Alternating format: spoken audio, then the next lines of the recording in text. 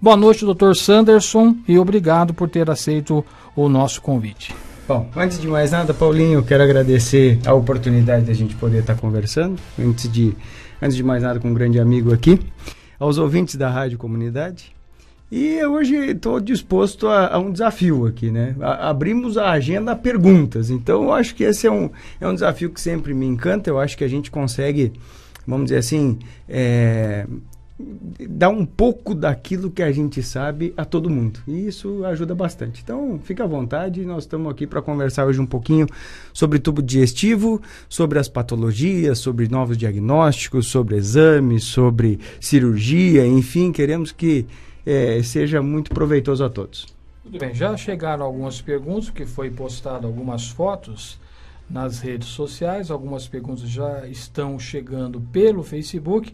Vamos também hoje liberar o telefone, lembrando que nós não vamos pôr a pessoa no ar, não é isso? Nós vamos liberar o telefone, você faz a sua pergunta para poder otimizar a participação. Telefone 3585-2602, pelo Facebook nas postagens, inbox no perfil do Paulo Carvalho. O WhatsApp do Vanei já recebeu algumas perguntas também de grupos, né, que nós compartilhamos, doutor. Mas vamos lá, vamos começar falando um pouquinho sobre a nossa idade, que já passou aqui. Eu estou vendo que nós tivemos um pequeno folder falando de um exame, inclusive, que eu cheguei a fazer esse exame, um tanto constrangedor. Tive que ir para a cidade de Ribeirão Preto, porque não tinha esse exame aqui. Exatamente. Que é a colonoscopia. E hoje, desde dezembro, né, o consultório, a clínica do Dr. Rodrigo já permite que esse exame faça na cidade. Já Exatamente. É um ganho. O que é esse tal de exame, essa colonoscopia, que tem que introduzir aquela mangueira, sabe-se Deus por onde? Então vamos lá, Paulinho. Vamos esclarecer os ouvintes. Na verdade, a colonoscopia ela é um exame de screening. Na verdade, o que significa screening? Nós vamos procurar algo. E ela se refere a exatamente esse algo a ser encontrado no tubo digestivo baixo ou no intestino grosso do paciente. Tubo digestivo e aparelho digestivo são as mesmas coisas, ou uma coisa é uma coisa, outra coisa é outra coisa? Outra coisa é outra coisa. Então, assim, se nós partirmos do tubo digestivo, nós estamos falando de um cano que ele inicia na boca e acaba no ânus. Com aproximadamente, aí vamos colocar seus 6,5 metros, se nós conseguíssemos esticar tudo isso. Quando nós falamos de aparelho digestivo, nós falamos dos diversos órgãos que envolvem esse tubo digestivo, entre eles fígado, vesícula, pâncreas e outros órgãos glandulares que também ajudam na nossa digestão. Mas, voltando ao nosso item inicial, a colonoscopia, então, ela é um exame que mais ou menos foi colocado foi inventado em torno de 1970, mais ou menos, com o intuito de poder identificar algumas doenças que tinha queixas por parte do ânus do paciente, e principalmente a queixa de hemorragia digestiva, então quer dizer, sangramento pelo ânus. Esses exames começaram a ser realizados na Europa, em seguida já vieram para o Brasil, através do Dr. Raul Kutait, que foi o primeiro médico que fez, hoje médico do Sírio-Libanês, que eu tive a oportunidade de fazer minha formação junto ao Sírio recentemente. E este exame ele trouxe para o Brasil, ainda com equipamentos muito rústicos, e que ele se popularizou nos últimos 10 anos, através de novas fibras ópticas, de uma mangueirinha, na verdade, que ela tem em torno de mais ou menos 1,40 m, 1,60 m, como assim tem o nosso tubo digestivo grosso, que nós sabemos que as principais doenças que envolvem câncer e também as doenças que envolvem o mau funcionamento intestinal estão relacionadas ao intestino grosso, né? Por uma questão lógica, o intestino grosso ele é um intestino de depósito. Ele é um intestino onde, quando a gente forma o cocô fica parado exatamente no intestino grosso. Então, tudo aquilo que a gente come é ali que as reações químicas, na sua maior parte das vezes, acontecem. E é ali que brotam as doenças, na verdade, e que, graças a Deus, hoje, permite ao médico identificá-las precocemente. Lembrando que a colonoscopia ela é um exame que, ao mesmo tempo que ela investiga, ela trata o paciente. E hoje nós fizemos, inclusive, cirurgias por colonoscopia, né? Porque antigamente a colonoscopia ela era um exame que ela só olhava o que estava acontecendo lá dentro e tirava um pedacinho. Hoje nós operamos um paciente por colonoscopia. Nós retiramos um tumor dele por colonoscopia, se assim for viável. Muito bem. Boa noite, doutor Rodrigo. Minha avó está com 87 anos e a cada 3 ou 4 meses, mais ou menos, ela tem uma hemorragia que sai por vômitos e pelas fezes. Só que quando ela começa a soltar o sangue, ela faz um hemograma e dá uma anemia muito forte e sempre vai sendo internada para tomar sangue. Ela faz uma endoscopia a cada 2 semanas. Ai, meu Deus. Após a última crise, deu as seguintes conclusões. Primeiro, pancastrite crônica erosiva moderada, duodenite crônica leve. Tenho 2 perguntas ao senhor. Esses problemas que foi identificado pode ser o que está causando tamanha hemorragia? Tem outro exame que pode ser mais específico para identificar o porquê ocorre esse sangramento? E se houver outro exame, se ele é coberto pelo SUS? Quem faz a pergunta é a Cristiane, ela é moradora do São Manuel. Muito bem. Cristiane, boa noite. Então, assim, primeiramente, é claro que a tua avó iniciou uma investigação de sangramento digestivo e esse sangramento ele tem que ser melhor esclarecido, né? Sempre lembrando assim, quando nós fizemos um sangramento nas fezes vermelho, provavelmente a doença esteja no tubo digestivo baixo, esteja no intestino baixo, quer dizer, no cólon do paciente, então necessariamente no estômago. As gastrites erosivas, elas não costumam ser gastrites sangrantes. Eventualmente até pode acontecer, mas não é o mais comum. Então é necessário que seja completada essa investigação através da colonoscopia, sim. A colonoscopia também nós temos que entender o seguinte, não é todo paciente que pode fazer, infelizmente. Porque ela envolve um procedimento que é feito sobre uma analgesia, e uma analgesia pesada, não dá para a gente fazer um pequeno remedinho para dor para o paciente e colocar um caninho ali no ânus e introduzir isso dentro do intestino, porque a intolerância ao exame existe. Eu sempre digo, o exame não tem que ser sessão de tortura, o exame tem que ser uma coisa confortável para o paciente. Então a gente faz uma analgesia pesada, que a gente chama como uma sedação. Aos 87 anos, nós temos que ver primeiro se ela tem capacidade de poder fazer essa analgesia. Uma vez que se tenha a possibilidade disso, nós podemos sim encaminhá-la ao serviço para poder fazer a colonoscopia. Então, há necessidade de nós fazermos alguns exames, as correções desses exames, principalmente da anemia, antes de fazer a colonoscopia, passar ela para um cardiologista e um anestesista, e toda essa aprovação acontecendo, a gente tem como investigar o cólon através da colonoscopia. Infelizmente, tem pacientes que nós não conseguimos fazer a colonoscopia no paciente, mesmo ele tendo sangramento pelo intestino. A gente acaba tratando sem saber exatamente o que está acontecendo pela impossibilidade de conseguir fazer o exame, pelas condições cardiológicas, enfim. Com relação ao SUS, esse exame sim é feito pelo SUS hoje aqui na cidade, e nós fizemos ele, claro, eu tenho uma fila aí para fazer esses exames, enfim, que a atual gestão está fazendo todos os esforços possíveis para poder ajudar a grande maioria dos pacientes, e as prioridades, uma vez que se tenham, também são feitas com relação a esses exames. Muito bem, 8 horas mais 13 minutos, estamos conversando com o Dr. Rodrigo Sanderson. Você pode fazer as suas perguntas pelo telefone 3585-2602 e também pelas redes sociais. Deixa eu só dizer algumas pessoas que estão acompanhando, doutor, e dizendo que está muito bom. Renata Anchão Braga, muito bom. Creuza Campos, Aira Rigoto, lá de Araras.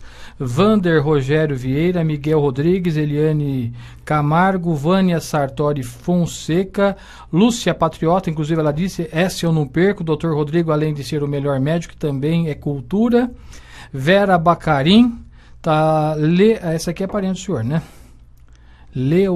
Fegilda Godoy, parabéns, meu querido genro. Ela mora onde? Pelotas. Lá no sul? Lá no sul. Rio Provavelmente Grande do Sul. pelo rádio comunidade 105.com.br, na barra ouça aqui você ouve. Leda Maria, muito interessante. Quero fazer uma pergunta. De megaesôfago, será uma célula que diminui o canal esôfago? Não. O megaesôfago, na verdade, o termo mega na medicina, ele é considerado para órgãos que cresceram. Como é que é o nome da ouvinte? Da Leda Maria. Leda, minha amiga, boa noite. Leda, então assim, mega, dentro da medicina, seja onde for utilizado esse termo, significa que esse órgão dilatou, ele aumentou de tamanho. Existe uma série de fatores que pode acontecer, esse mega, na verdade. Normalmente, o fator primordial é um fator da inervação do órgão. Então, existe o megaesôfago, megaestômago, megaduodeno, megacólon, e seja onde ocorrer essa dilatação.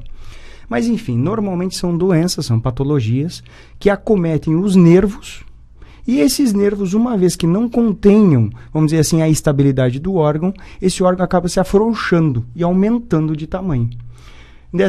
Por sua vez, nós temos a dilatação e o funcionamento piora bastante, assim. Normalmente, ocorrem estreitamentos em áreas de transição. Por exemplo, o megaesôfago, o esôfago, ele tem uma transição com o estômago, né? Ele é um cano que, a seguir do esôfago, nós chegamos dentro do estômago. A porteira, vamos entender assim, entre o esôfago e o estômago, ela é uma porteira que, na maior parte das vezes, quando tem esse problema do mega, ela não é atingida. E ela acaba ficando hipertônica. Então, a gente fica com um esôfago grande, que não consegue levar o alimento para dentro do estômago, e uma porteira fechada, o que faz com que o paciente não consiga se alimentar bem. Começa a falar de porteira, quarta-feira nós temos o programa Sertanejo Raiz, a gente vai pensar que é um programa rural.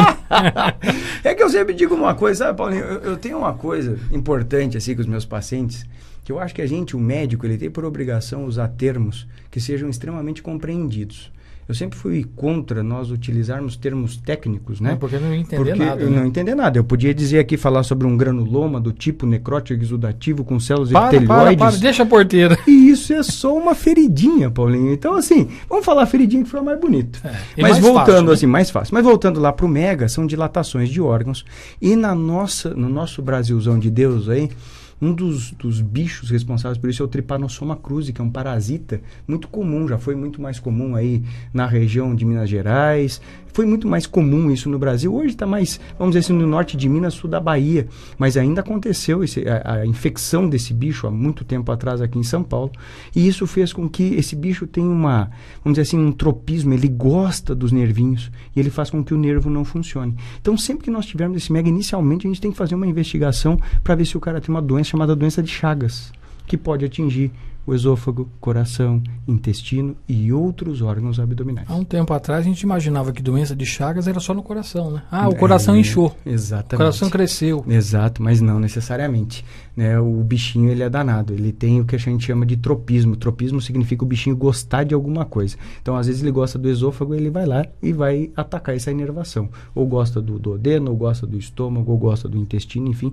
qualquer dessas áreas. Bom, já que entramos aí pela linha do bichinho, que traz aí um prejuízo danado. Inclusive, eu fui buscar minha esposa no serviço, e as meninas que trabalham, os monitores da creche, trabalham na creche Jardim Anésia, eu posso perguntar sobre... Pode, mas o assunto é tubo digestivo. Mas se sair alguma pergunta fora, como ele é clínico geral, provavelmente ele vai dar uma orientação. E o que preocupou muito, inclusive, as meninas, eu falo meninas porque trabalham junto com a minha esposa, é sobre esse óbito que teve essa semana em Porto Ferreira, que foi divulgado, né, pelo menos ali entre elas, eu não tenho esse dado oficial, né, uma pessoa até nova que morreu, disse que era um bichinho que dá no capim.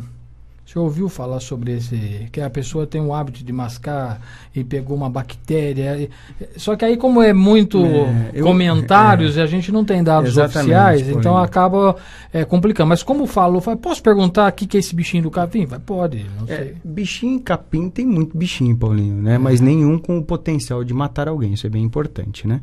Sempre que ocorrem óbitos, eu sempre digo que saem uma série de comentários, enfim, mas o que a gente não tem é que dimensionar uma coisa que na verdade não aconteceu. Então, assim, não há nenhum bicho que seja capaz de matar alguém subitamente, em questão de fazer alguma parada cardíaca, com exceção, sei lá, de um veneno de cobra, alguma coisa, mas eu digo que bichinho de capim não mata ninguém. Então vamos com calma, vamos com tranquilidade, esclarecer melhor os fatos, e assim que eu tiver alguma informação melhor com relação a isso, numa outra oportunidade, a gente pode esclarecer um fato como esse. O senhor já recebeu a Maria Cristina Fioroni, muito bom. Elisa Simite, legal. Dulce Helena da Silva Cominato, parabéns, doutor Rodrigo. Cleusa Sartori Estocco, parabéns sempre, doutor Rodrigo. Maria Célia Vila, parabéns, doutor Rodrigo, um grande abraço. A Madiana Dozitesa Carlos, pessoa maravilhosa, um abraço. Roberta Sartori, meu querido médico, Carmelita Francisca Oliveira Legal, e tá aí mais pessoas participando, o telefone tocando, daqui a pouco a gente passa também as perguntas feitas pelo telefone, mas um dos motivos que eu convidei o Dr. Rodrigo foi justamente para falar desse exame, doutor, sobre a prevenção. Eu estou vendo aqui, prevenir é sempre o melhor remédio. Se você está próximo dos 50, que é o meu caso, Sim.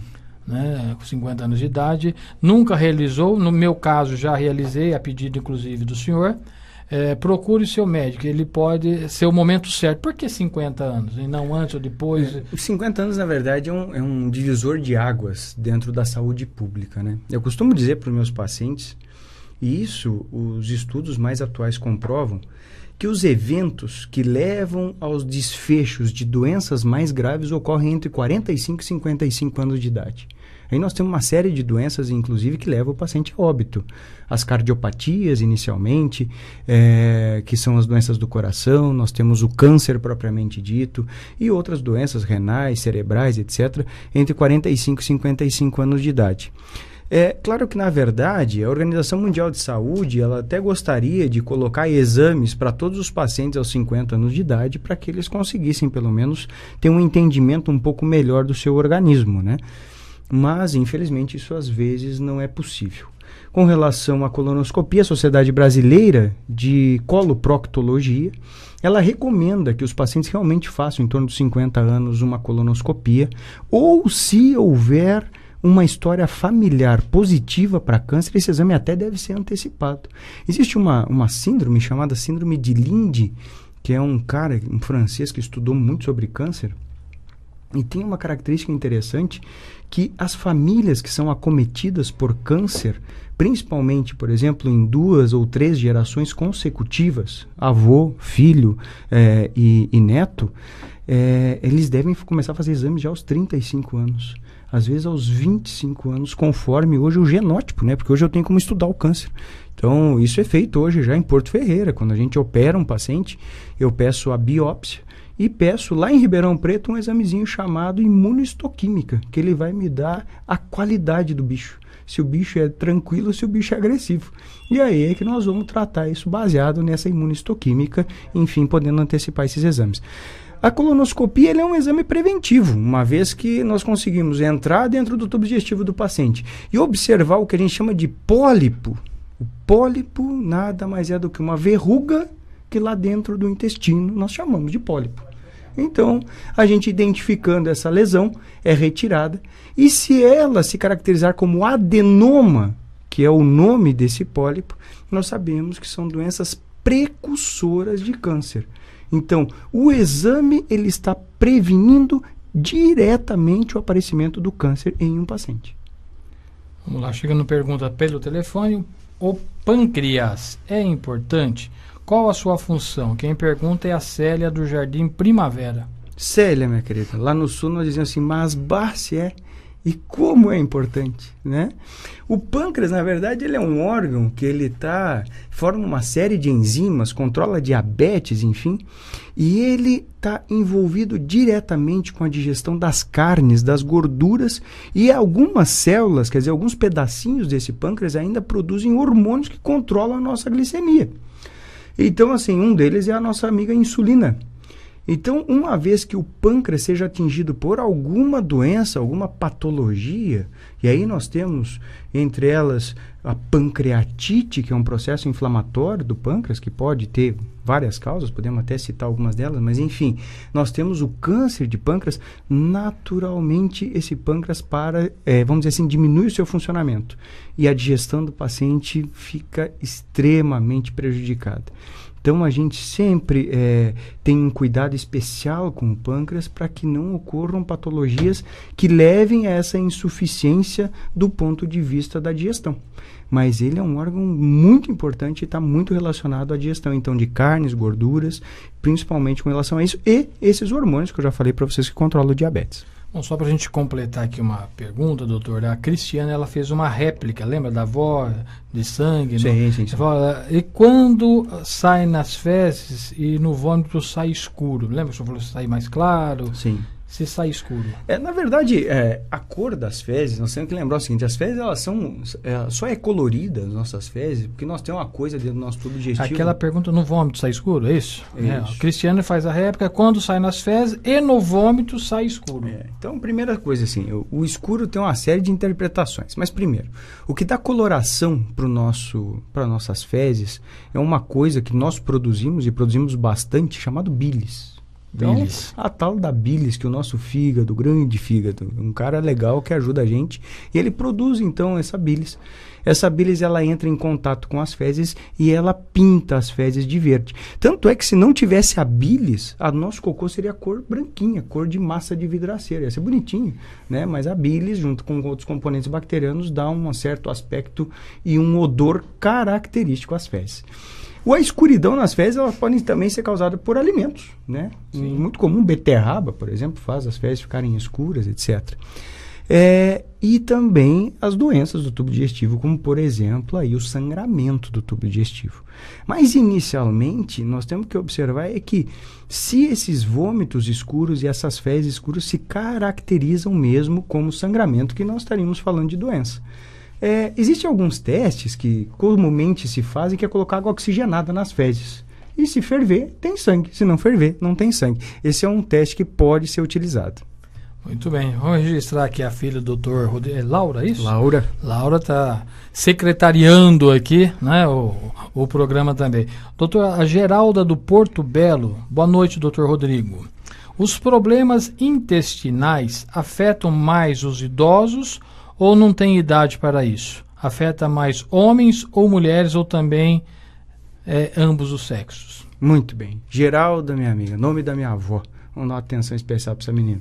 Então, assim, na verdade, as doenças do tubo digestivo realmente elas pioram com o nosso decorrer da vida. Exatamente como eu digo, assim, nós temos órgãos de trânsito e nós temos órgãos de depósito, né? Partindo do princípio que o tubo digestivo ele é um cano que inicia na boca e acaba no ânus. Quando nós comemos, a coisa passa rapidinho no esôfago, passa rapidinho no estômago, passa rapidinho na tripa fina e chega lá na tripa grossa onde se deposita. E hoje nós sabemos que tem alimentos extremamente deletérios para o nosso tubo digestivo. E aí nós vamos conversar sobre os embutidos, os enlatados, essas comidas que, na verdade, elas geram uma série de reações químicas e contêm produtos que são conservantes, chamados nitritos, e que fazem verdadeiras queimas celulares dentro da tripa grossa, né, que é lá no intestino grosso. E isso faz com que as doenças ocorram realmente com o decorrer dos anos. Por isso que é muito mais fácil você encontrar um câncer num paciente mais, vamos dizer assim, de uma idade mais avantajada, do que num jovem. E normalmente também nós temos que saber que quando o câncer atinge o jovem, ele é muito mais agressivo. Ele judia, ele é um câncer. Normalmente, quando a gente faz diagnóstico em pacientes jovens de câncer, a mortalidade é extremamente alta. E às vezes é onde o médico se sente frustrado, porque a gente corre atrás mesmo nos melhores centros. Nós vamos partir para Barreto, Sírio, Einstein, Estados Unidos, Japão, na China, não interessa. São cânceres extremamente agressivos. No idoso, são doenças subnotificadas, quer dizer, são doenças que às vezes demoram para aparecer. O paciente com câncer ele não chega com uma tarja na cabeça dizendo, doutor, tenho câncer. Cabe ao médico entender o que está acontecendo e sinais de alerta, né? Emagrecimento, anemia, está diminuindo o apetite, está com alguma quebradura óssea que de repente do nada quebrou um osso, não caiu nem nada. Cabe ao médico levantar as orelhas e pesquisar e ver se não tem um tumor aí nessa parte. A Magda do Centro pergunta o seguinte, doutor, quais as diferenças entre a laparoscopia e a colonoscopia? Porque o senhor comentou, inclusive, da colonoscopia, que tem uma câmerazinha, e a laparoscopia também tem câmerazinha. Dá para explicar? Então vamos lá. Para a Magda do Centro. Magda, essas pia que aparece aí, pia tem tudo que é câmera que nós conseguimos colocar dentro do paciente. Na verdade, há mais ou menos uns 20 anos, houve uma série de técnicas, e aí a engenharia eletrônica nos ajudou muito, ajudou a medicina, fazendo com que a gente conseguisse fazer câmeras que pudessem entrar dentro do paciente, evitando os cortes, evitando e principalmente as doenças. Isso otimizou os tratamentos. Pra você ter uma ideia, quando eu cheguei, eu tenho o prazer de ter introduzido a laparoscopia, quer dizer, a cirurgia laparoscópica em Porto Ferreira. Isso já faz quantos anos, doutor? Fazem 14 anos. 14 anos. 14 anos, o Hospital Dona Balbina o Hospital Dona Balbina tem a cirurgia laparoscópica. Nós tivemos alguns orgulhos nisso. Para você ter uma ideia, nós fizemos herniorrafia laparoscópica antes de Ribeirão, antes de São Carlos, antes de Campinas. A cirurgia de hérnia por vídeo era feita em São Paulo e Porto Ferreira. É que às vezes a gente não tem muita noção dessa parte. Assim, hoje já está se popularizando e os cirurgiões, na verdade, estão cada vez correndo mais para que possa aumentar sua capacidade cirúrgica. E mas o risco cirúrgico acaba sendo menor, né, doutor? Muito. Porque aí não tem que cortar. Exatamente. Mas anestesia, essas coisas tem que fazer normal. Sim, anestesia tem que fazer normal. Mas entendendo uma coisa, só voltando lá as camerazinhas, então surgiu camerazinhas que atuam por orifícios naturais. Então, eu consigo colocar uma camerazinha no ânus, eu chamo colonoscopia. Eu consigo colocar uma camerazinha pela boca, eu chamo de endoscopia. Eu consigo colocar uma camerazinha pela vagina, eu chamo de histeroscopia, né? E eu consigo colocar uma camerazinha pela parede abdominal do paciente, que eu chamo de laparoscopia.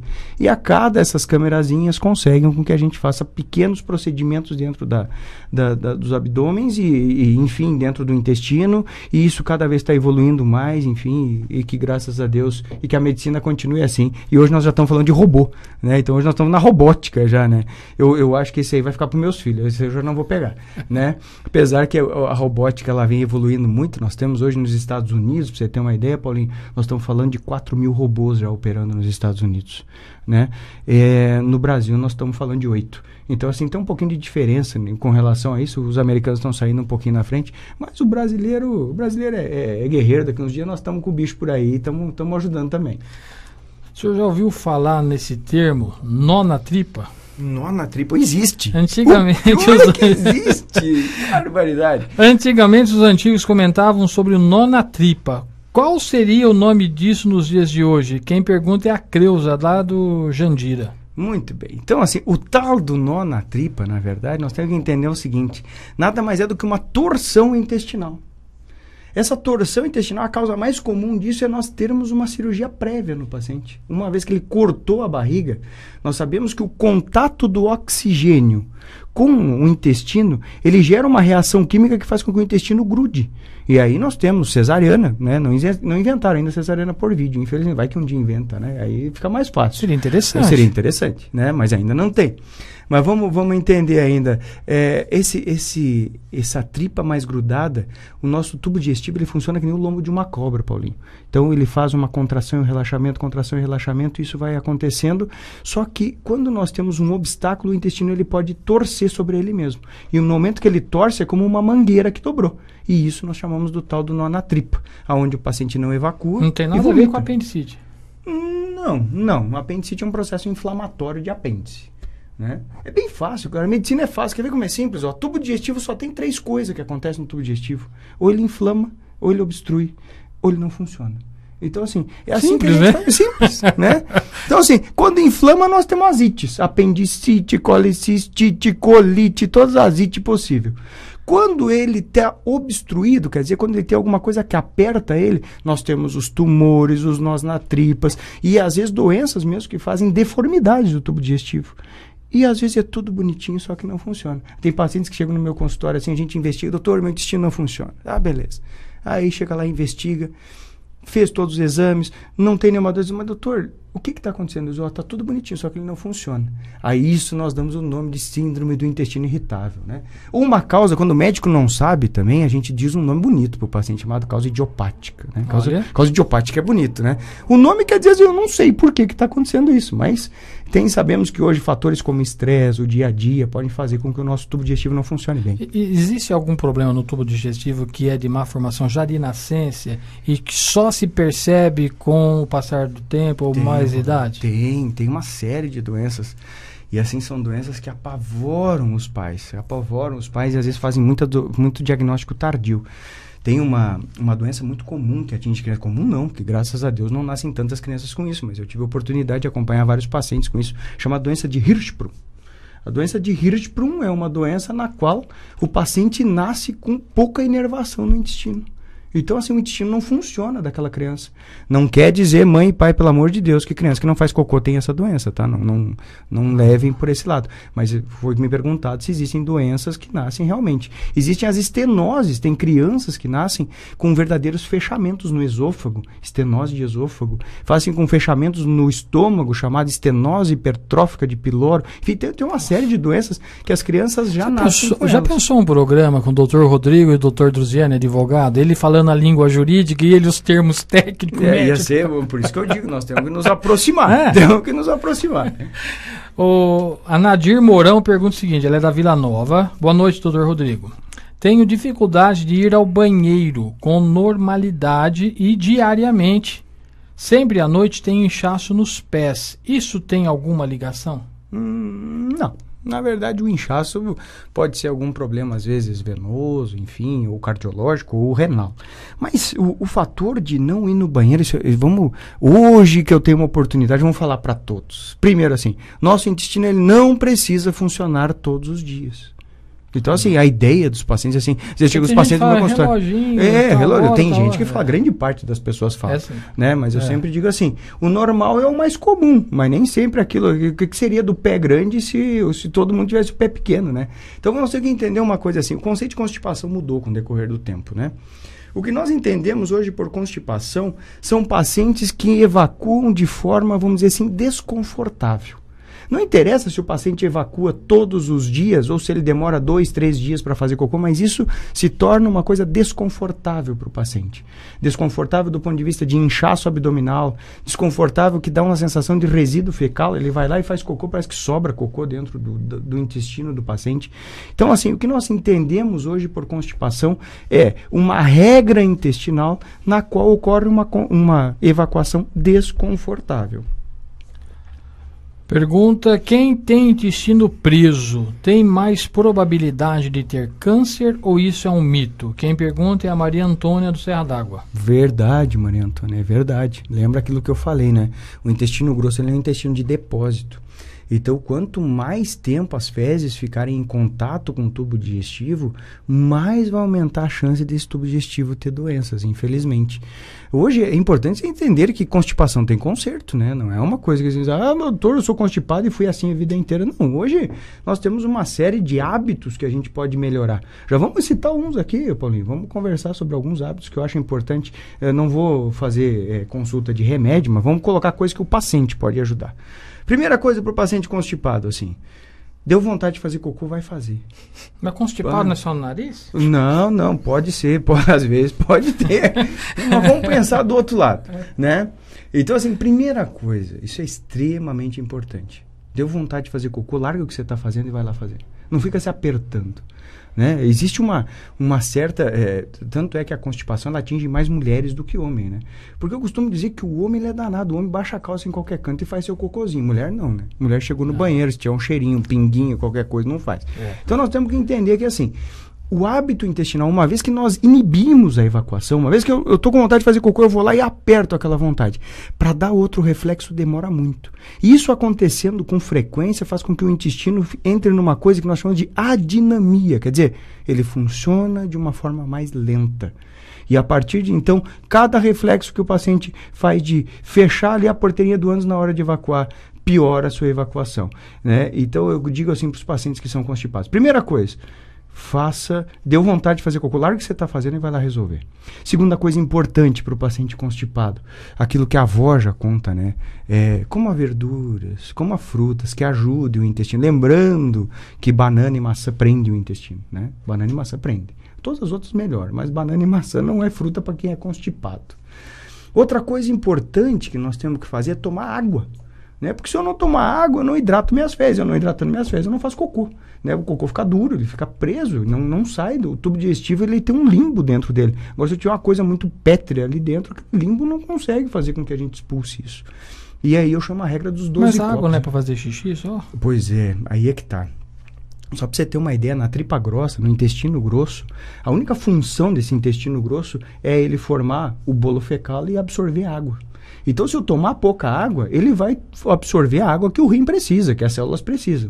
Mas as fezes ali dentro vão ficar ressecadas. Então, nós precisamos fazer um upgrade da água, né? Então, assim, vamos lá colocar seus 3 litros d'água, que é uma coisa interessante para os pacientes, e isso faz com que as fezes fiquem bem hidratadas. E, por final, gente, uma atividade física. Todo mundo sabe, com criança é muito comum, né? Quem não lembra de uma criança, quando está correndo, né? A gente chega numa festinha, a criança corre daqui para lá, de lá para cá, daqui a um pouco dá vontade de fazer cocô. Por quê? Porque um passinho que ela faz com que as fezes se aproximem da região do ânus. E isso dilata a ampola retal, que é uma regiãozinha perto ali do ânus, dando um reflexo cerebral e avisando a criança, tô com vontade de fazer cocô. E nós adultos funcionamos da mesma forma. Então, uma caminhadinha, 20, 30 minutos por dia, um exercício físico, isso ajuda muito para quem está constipado. Então, essa, vamos dizer assim, que é a parte do paciente. Aí tem uma série de remédios hoje que ajudam, mas não deve ser utilizado laxantes para poder fazer cocô. Remédios que nem Almeida Prado, P46, a base de Bisacodyl, os laboratórios que me perdoem, eu tomei o processo, né? Eu já senti. Mas assim, o aguento. Tô vendo que vão pedir a censura do programa. Faz parte. E quarta-feira você me lembra de falar com o nosso advogado, Espaço Jurídico. Estamos ferrados, Paulo. Mas enfim, esses remédios, a base de Bisacodyl. E fazem tanta propaganda na televisão, em outros meios. Exatamente, infelizmente. Isso são situações extremamente graves. Inclusive tem revistinhas que vendem. Então. E nós brasileiros, temos o péssimo hábito de ver aquilo na TV. De repente eu vou na internet, né? Tem um amigo, um camarada nosso que chama Google, não sei se você já ouviu falar. Nossa, Dr. Google. Dr. Google. Ele sabe de tudo e mais um pouco. Dr. Google. Eu não sei qual faculdade ele fez, mas né? O Google foi importante para o médico. Porque, claro, o Google, ele, vamos dizer assim, ele deixou o conhecimento médico mais sociável. O Dr. Google, ele fez uma coisa com que os médicos crescessem na medicina. O paciente não aceita mais o médico mentiroso. Porque ele já chegou, ele já viu a consulta dele lá no Google. Então, se ele for no médico, o médico falar uma coisa tão absurda para ele, ele não vai confiar. Porque o Dr. Google, mas o Dr. Google colocou 20 referências, todos falando a mesma coisa, o meu doutor falou uma coisa tão diferente. Então, provavelmente, mas o Dr. Google, ele vamos dizer assim, para a medicina ele foi legal. Tem o lado ruim, que o paciente às vezes se assusta com aquilo que ele vê. E aí cabe também ao médico, eu sempre digo, a relação médico-paciente, com aquela coisa de a gente poder proteger o paciente, né? Não podemos esquecer disso. Mas é fundamental entender que o Google ajudou a medicina. Ele não foi ruim, não. Eu considero que ele foi um fator positivo. Muito bem, faltando 20 minutos para as 9 horas da noite, estamos conversando com o Dr. Rodrigo Sanderson e falando um pouquinho sobre a saúde do tubo digestivo. A Andréia, do bairro Santa Rosa 1, fala: boa noite, Dr. Rodrigo. Recentemente fiz uma cirurgia para a retirada da vesícula. E digamos que estou com o intestino solto. Dependendo da minha alimentação, chega a fazer cocô 2 a 4 vezes por dia, como se fosse diarreia. O que a vesícula tem a ver com isso? Tudo a ver com isso, caso. Tudo a ver. A vesícula, na verdade, como eu disse assim, ela é um órgão que ela dissolve as gorduras do nosso organismo. Primeiramente, assim, que o paciente que retira a vesícula, e num percentual pequeno. Como é que é o nome dela? Peraí, que eu abri outra pergunta aqui. Calma lá que eu já... Zé Roberto. Zé Roberto. É dele. Tá, dele. Desculpa, Zé. Não, Zé Roberto é a próxima. Calma lá. Olha só. É muita pergunta, né? A Andréia, do bairro Santa Rosa. Andréia, minha querida, do bairro Santa Rosa. E a todos os ouvintes do bairro Santa Rosa também. Então, assim, na verdade, existe uma síndrome chamada síndrome pós-colecistectomia, aonde o fígado, observando que não existe mais a vesícula, ele faz uma hiperprodução de bilis. E essa hiperprodução de bilis irrita o tubo digestivo. Tem alguns remedinhos que até tentam controlar isso, mas com uma situação um pouco, vamos dizer assim, não tão eficaz, né? Então, eu acho que o mais importante, assim, primeiro, quem não tem mais vesícula, não coma mais gordura, né? Porque se ela faz parte da digestão das gorduras e eu não tenho mais vesícula, se eu comer gordura, vai soltar o intestino, porque o fígado vai receber uma informação de que tem uma coisa lá que ele precisa produzir. Ele é grande, mas ele não é tão sábio, e ele passa a produzir muita bile, isso entra no tubo digestivo e o paciente solta o intestino. E alguns pacientes têm um problema funcional mesmo, que a gente tem, para você ter uma ideia, a estatística disso é em torno de mais ou menos 0,3%. É pequeno. Acho que a Andréia foi, vamos dizer assim, um caso de exceção aí. Normalmente, se tirar a gordura depois da retirada da vesícula, já funciona bem o intestino. Zé Roberto do Jardim Aníbal. Tomar remédio para acabar com a diarreia é aconselhável? Depende, Zé. Aí que tá. Então, assim, nós temos diarreia. Porque é muito comum, principalmente, eu já vou pegar um adentro, porque você vai uma vez no banheiro, aí você vai aí tem aquele remedinho caseiro da mamãe, né? Pega água, põe maisena, põe umas gotinhas de limão, que funciona, ajuda. Só que aí, mas se for algum outro problema, aí vai parar a diarreia, o médico não vai ter... E aí, então, como é que eu faço? Bom, o fator diarreia, na verdade... Toma o limãozinho com maisena ou não? Não. Pode tomar, vamos colocar assim, Paulinho. Diarreia não é normal. Primeira coisa, não é normal. Diarreia significa que tem alguma coisa no tubo digestivo que está irritando o tubo digestivo. Mais uma vez, essa coisa pode ser desde um tumor até uma doença funcional do intestino, ou até mesmo uma doença inflamatória, uma colite, né? Mas assim, uma vez que o paciente, e pode ser infeccioso também, né? A gente pode às vezes comer uma comidinha não tão agradável para o nosso tubo digestivo e algum bichinho não tão receptivo ao nosso tubo digestivo, ele fazer um estraguinho ali dentro. O que a gente considera que esses remédios que contenham a diarreia, nós temos que tomar um pouco de cuidado, principalmente nas diarreias infecciosas. Lembrando, diarreia, tosse, vômito são mecanismos de defesa do organismo. Defesa. Então, se tu tem uma situação lá na qual tu tá com diarreia, nada mais é do que o teu organismo dizendo assim, pessoal, o que tá aí dentro tem que sair. E vamos deixar sair. Então, isso é importante. Não devemos inibir principalmente a diarreia infecciosa, porque eu vou guardar bicho lá dentro. E isso pode piorar um quadro infeccioso do paciente. As demais diarreias, vamos dizer, as diarreias crônicas, que aí nós chamamos a atenção para os tumores e para as colites, já são diarreias que ela tem que ser tratada na sua base, né? Tem que ser tratada na sua causa base. Não adianta eu parar de fazer cocô, eu tenho que melhorar a colite do paciente. Então precisa ser feito um diagnóstico adequado. Mas em geral, nós não devemos utilizar remédios nem para estimular o tubo digestivo e nem para parar o tubo digestivo. Nós temos que entender o que está acontecendo com o tubo digestivo, que é mais fácil. A não ser que for fazer o exame, né? De colonoscopia, aí tem um remedinho que tem que tomar para limpar todo assim, o tubo. Eu brinco com meus pacientes quando vão fazer colonoscopia, o pior já passou, né? Porque assim, nós temos que usar alguns remédios. Porque imagina, se eu colocar uma câmera de vidro dentro do intestino do paciente e tiver cocô lá dentro, eu não enxergo nada. Então eu preciso, é muito importante que dentro do tubo digestivo do paciente esteja limpinho, né, para que eu possa ver pequenos tumores. Às vezes, nós estamos falando em tumores que a gente hoje observa através da colonoscopia, que eu consigo ampliar minha imagem 20 vezes dentro do tubo digestivo, tumores que são do tamanho da cabeça de um alfinete. Então, assim, se tiver cocô lá dentro, eu não enxergo. Por isso que tem que fazer um preparo intestinal, que são preparos, na maior parte das vezes, desagradáveis, mas suportáveis. E, digo assim, não é um exame para se fazer toda semana, mas de vez em quando é fundamental que ele seja feito para que, conforme já comentamos. 20h46, programa Abordagem Regional, edição extraordinária, hoje conversando com o Dr. Rodrigo Sanderson. Zilma do Serra d'Água pergunta, doutor, o que é fígado gorduroso? Quais os sintomas? Quanto o tempo demoramos para descobrir que estamos com o fígado gorduroso? Eu costumo dizer assim, tem doença da moda, né? Doença da moda. Vamos pensar assim, vamos falar com nossos vô, quanto eles viram de fígado gorduroso lá no passado, né? Mas também lá no passado não tinha os exames que tem hoje, né? Eles vão dizer a mesma coisa. Mas nós temos que entender assim, fígado gorduroso, a gente põe um nome na medicina chamado esteatose, que é extremamente comum. Para nós, Paulinho, que estamos no mesmo time, uns caras fortes que nem nós. Então, assim, se nós formos fazer um ultrassom, é provável que nós tenhamos um pouquinho de gordura no fígado. Gostei disso, cara forte. Cara forte, legal. Cara forte. Viu, Vanei? Cara forte, não é isso que você fica falando quando eu chego cedo. Então, assim, na verdade, essa impregnação de gordura no fígado nós chamamos de esteatose. Lembrando que, assim, a esteatose é comum, até porque a população toda está ganhando peso. Isso tem a ver com o índice de massa corpórea, na verdade. Quanto mais obeso o paciente, maior o nível de esteatose. Mas o mais importante é não fazer pânico sobre a esteatose. Na verdade, existe uma população que nos preocupa da esteatose, que é a população principalmente dos diabéticos e obesos.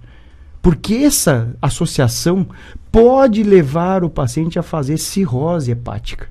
Então, assim, tem cirrose também que pode ocorrer em pacientes mais magros? Tem também, mas numa frequência muito menor nos pacientes gordos. Na verdade, uma vez que se identifica essa esteatose, normalmente é pelo ultrassom, que hoje, graças a Deus, se popularizou o ultrassom. Então a gente vai lá, hoje a máquina está legal, ela passa na barriga do paciente e o ultrassonografista ele consegue medir a intensidade de gordura do fígado. E ele nos dá uma informação lá, esteatose leve, moderada, grave, enfim. E aí a gente pede depois alguns exames de sangue que vão avaliar o fígado do paciente, para ver se tem algum processo inflamatório, hepático, etc.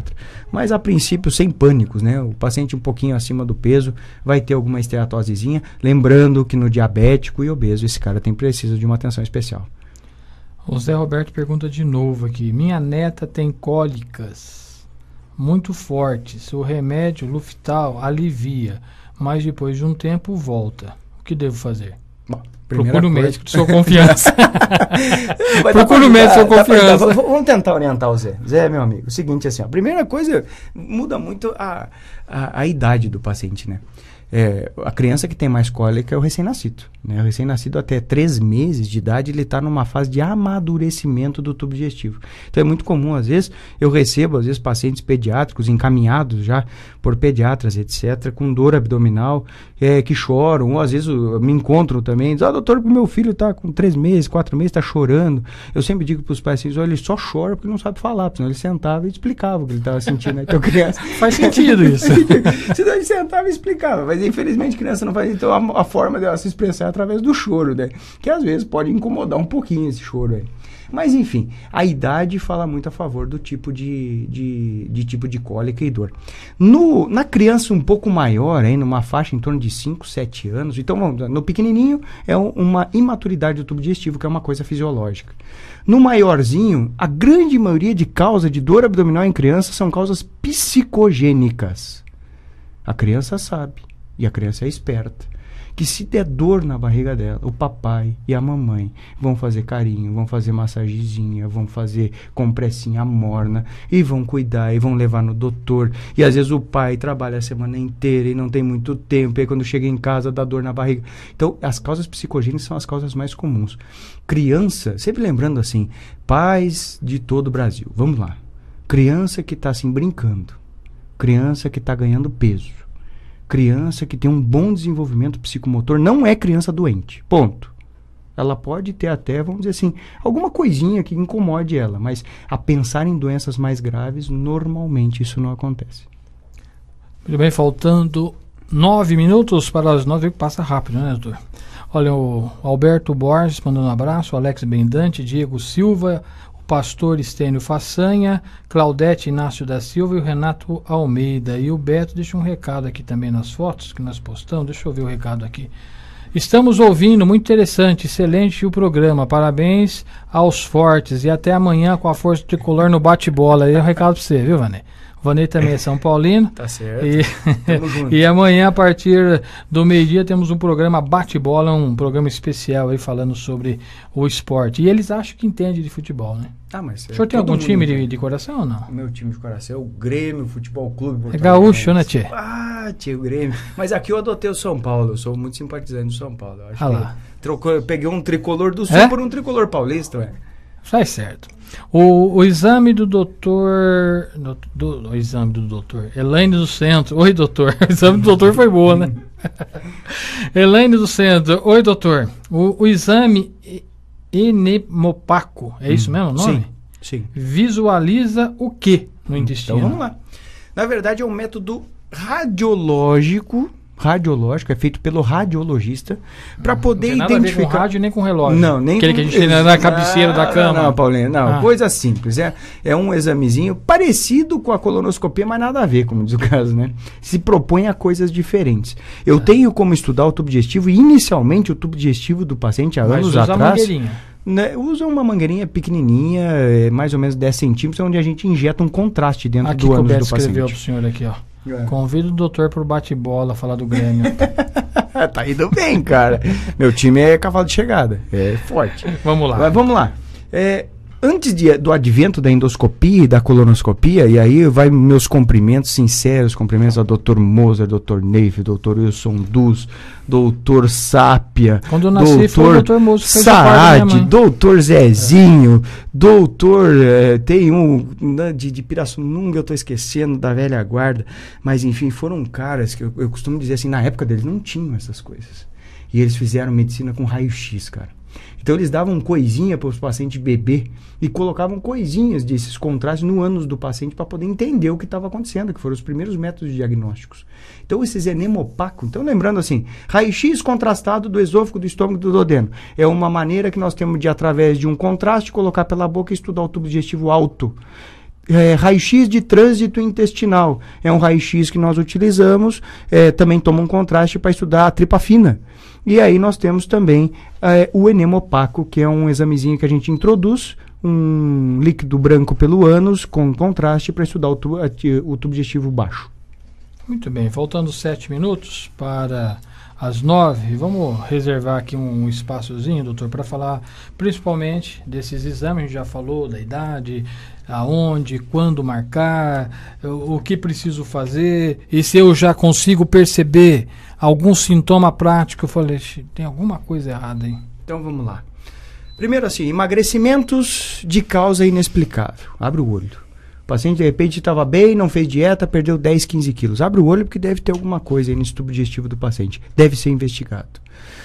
Pacientes que tenham hemorragia digestiva baixa, sangramentos vivos pelo ânus, que pode ser desde um processo hemorroidário até mesmo, até hemorroida também nós tínhamos que reservar um espaço para hemorroida. Hemorroida é uma coisa interessante, é um assunto interessante de se falar. A gente pode marcar uma outra data, uma outra oportunidade. Mas enfim, hemorragia digestiva baixa, sangramento pelo ânus, são sangramentos também que a gente deve sempre prestar atenção.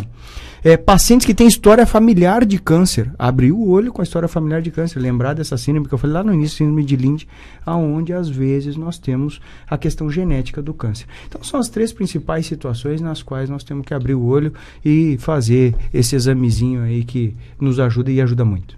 Bom, é lógico que, né, um dos assuntos aí que sempre é pertinente, a gente sabe, a gente está falando com o Dr. Rodrigo, tem a clínica, esses exames, o SUS cobre, não cobre, que inclusive 2 pessoas me perguntaram quando eu estava vindo para cá, porque eu sei que isso assim como quando o senhor veio e começou a laparoscopia aqui, sim, há mais de 14 anos, era um equipamento do Dr. Rodrigo, né? E agora a colonoscopia também. Sim. Se precisa, como é que eu faço? Então, assim, primeiro, assim, entendemos, o SUS, vai a opinião do Dr. Rodrigo. Na minha opinião, é o melhor convênio que existe. Porque ele cobre 100% dos exames. Não existe um exame que se faça nesse Brasil aonde não tenha cobertura do SUS. A colonoscopia também tem cobertura do SUS. E aqui na cidade ela é realizada pelo SUS também. Evidentemente que nós temos uma fila de espera e, como eu já disse, a gestão pública está fazendo todos os esforços para poder nos ajudar com relação a isso.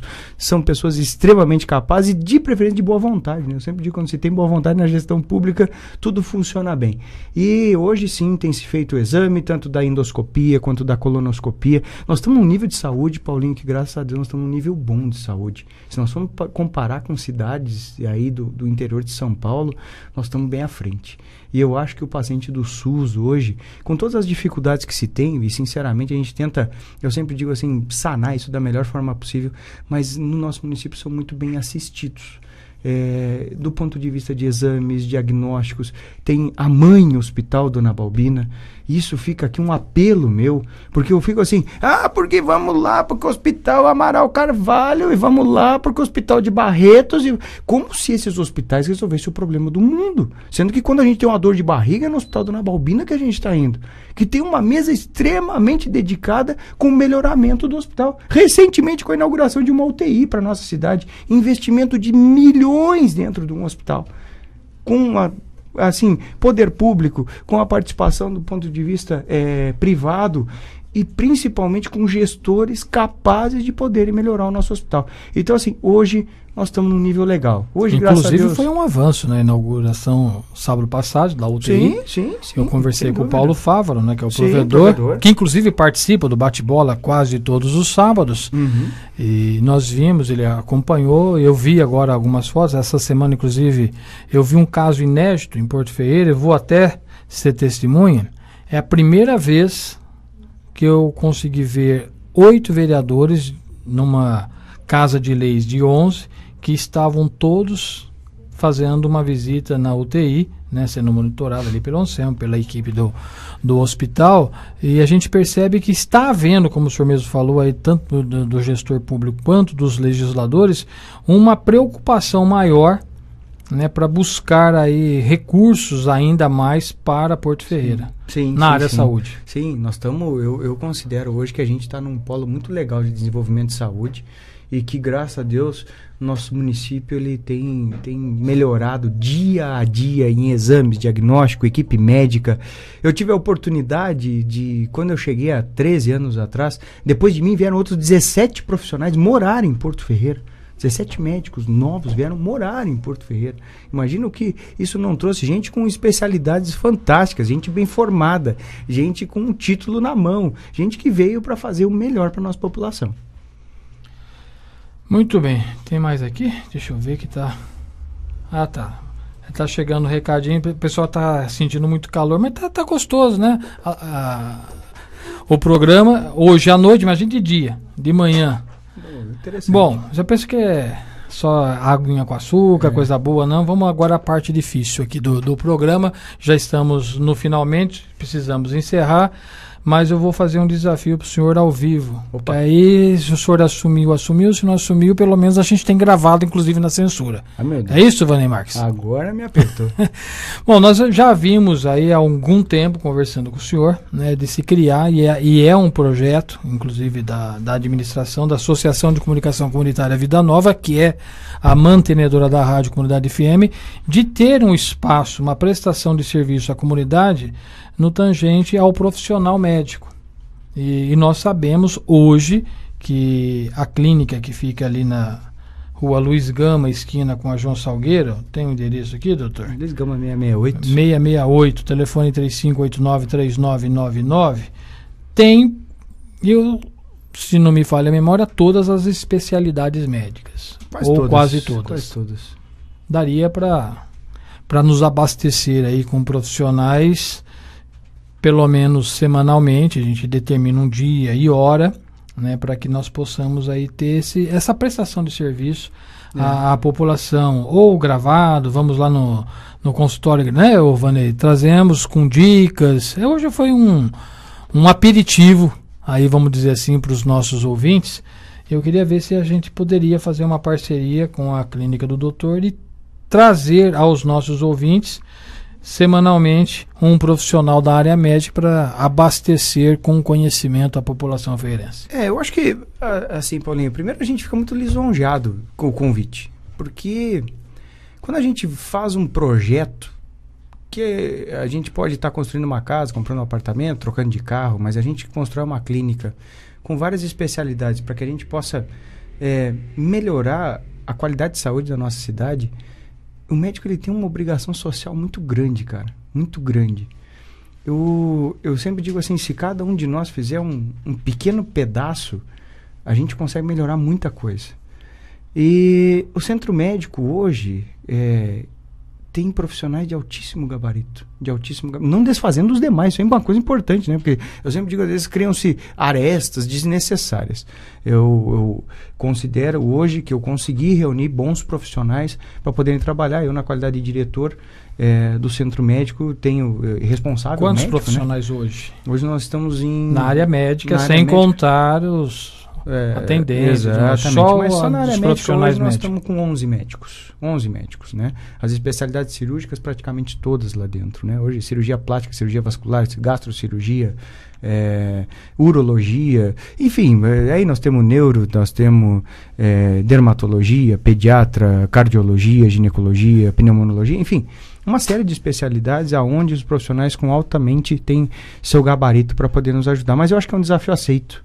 Eu acho que é uma coisa da gente agora, semana que vem até eu tenho uma reunião lá no Centro Médico e me propunho a conversar com todos os colegas e a gente conseguir prestar esse serviço tão legal. Eu considero que a rádio, Paulinho, e hoje a internet, então, ela fez uma coisa que é entrar dentro da casa da pessoa, e o rádio mais ainda, né? Porque você tá andando de carro, né? Tu tá andando de carro, o rádio tá lá. E às vezes é uma pequena dica que abriu o olho pro cara, eu vou procurar meu médico, eu me encaixei aqui. E eu acho que isso faz com que a gente melhore a nível de saúde da nossa cidade. Então o médico não tem que ficar guardado, cara. O médico tem que se expor. O médico é um cara que ele tem a capacidade disso, né? Nós não temos medo de conversar, nós conversamos todo dia com quantas pessoas, né? Então eu acho que é fundamental que a gente consiga expressar de forma clara, de forma mais limpa os pensamentos do ponto de vista médicos, de comportamentais, e quanta coisa a gente pode ajudar nisso. Bom, há um ano, quando nós viemos com o programa Abordagem Regional para cá, né, que fez agora em fevereiro, juntamente um dos quadros que nós iniciamos já há um ano é o Espaço Jurídico com um advogado que me acompanha desde a época da TV, Dr. Druziani, e faz um ano. E hoje, né, Vanei, acho que é um dos programas de maior audiência por conta do profissional. E eu tenho certeza que a especialidade médica também vai agregar, porque além de ser uma prestação de serviço, é o que o senhor falou, de repente uma palavra, essa polêmica parece até ser insignificante, mas houve assim um certo temor na creche, que eu falei pro senhor. Olha, gente, cuida, até, né, a mãe falou com a gente, olha, cuidado, hein, não pega o mato que você pode morrer. Quer dizer, então acabou criando, né, exatamente, e não é, mas é o bichinho do mato, se você mastigar o mato, você vai morrer. O mato não mata, pronto. Né? O mato então, não de mata. repente, talvez uma outra coisa que não foi percebido, né, e que a pessoa, num bate-papo, olha, né, que é o caso que o senhor falou ainda há pouco, um assunto interessante, embora seja num lugar não tão interessante assim, que é a hemorroida, né, que você vai... Sim. Que nada... É o que? Uma tripa também? Hemorroida, na verdade, é uma veia. Uma veia que... Batizada lá no ânus de hemorroida, mas é uma veia como qualquer outra veinha. Né? Assim como nas pernas são as varizes, lá no testículo tem o plexo pampiniforme, e lá no ânus é a hemorroida. Só que a hemorroida todo mundo já ouviu falar, né? E o plexo pampiniforme, coitado, pouca gente. Então, assim, mas podia ser tão popular quanto. Mas lá é uma veia, como qualquer outra veia. Que então tem são algumas dicas que creio que seja importante. Então tá aí, desafio lançado, desafio aceito. Agora nós vamos fazer um trabalho de marketing para ver qual dia, melhor horário e qual a disponibilidade. E tendo a reunião com a direção, embora o senhor seja o diretor, mas tem aí os demais colegas que ajudam, né, na direção do centro médico, para que nós possamos, então, iniciar um programa com a participação do doutor. Tem gente no telefone, é pergunta, mas vai ficar para a próxima, né? 9 horas mais 5 minutos. Conversei com o doutor Rodrigo Sanderson. Olha, se você... É pergunta não, né? É? Dá tempo de fazer? Pergunta, dá tempo de responder, doutor? Manda, faz aí, Vanei. Ou faz aí, Eduardo, no microfone. É mais fácil que você mandar por escrito aqui. Qual a pergunta, Eduardo? A respeito do bichinho aí, que você estava falando, bichinho do mato. Aparentemente é uma bactéria também que pode ser encontrada na fruta, tanto no mato, tanto na fruta. Aí a bactéria originaria os sintomas que depois poderia levar à morte, alguma coisa do tipo. Tá certo, tá aí, doutor. Então, mito, não é porque são coisas que estão comentando no ambiente de trabalho e acaba gerando toda uma polêmica e preocupando. É como eu digo assim, hoje tem o serviço de vigilância que estão perfeitos aqui na cidade, não vamos nos alarmar com extremamente boatos, tira isso, vamos virar essa paz. Mato não mata ninguém, a frutinha também não tem o poder de matar ninguém, vamos devagar com essas conclusões, porque são conclusões muito precipitadas. Mas se nós vamos trazer algumas dicas, por exemplo, fruta é importante lavar em água corrente por outros motivos. Por outros motivos, as contaminações, mas que não mata, etc. não mata. Não mata, judia, mas não mata. Judia, mas não mata. Doutor, obrigado, boa noite. Ficamos aí, penso eu, muito satisfeitos, né, o Vanei, com a participação do senhor e, logicamente, os microfones sempre à disposição para a população feirense e, logicamente, para o senhor e todos os profissionais que lá trabalham. Bom, Paulinho, ouvintes da Rádio Comunidade, foi um prazer ter estado aqui com todos. Acho que a gente conseguiu bater um papo descontraído aqui com relação a falar sobre doença, né? Doença sempre não é uma coisa nunca muito boa de falar, mas se a gente consegue fazer dessas pequenas informações aqui algo positivo, a gente já fica contente. Agradeço a todos os ouvintes, agradeço a todos os links e que foram colocados aí na internet, que foram vários e que foi muito legal. Então eu acho que estamos extremamente satisfeitos. Boa noite a todos e descansem e um bom final de semana.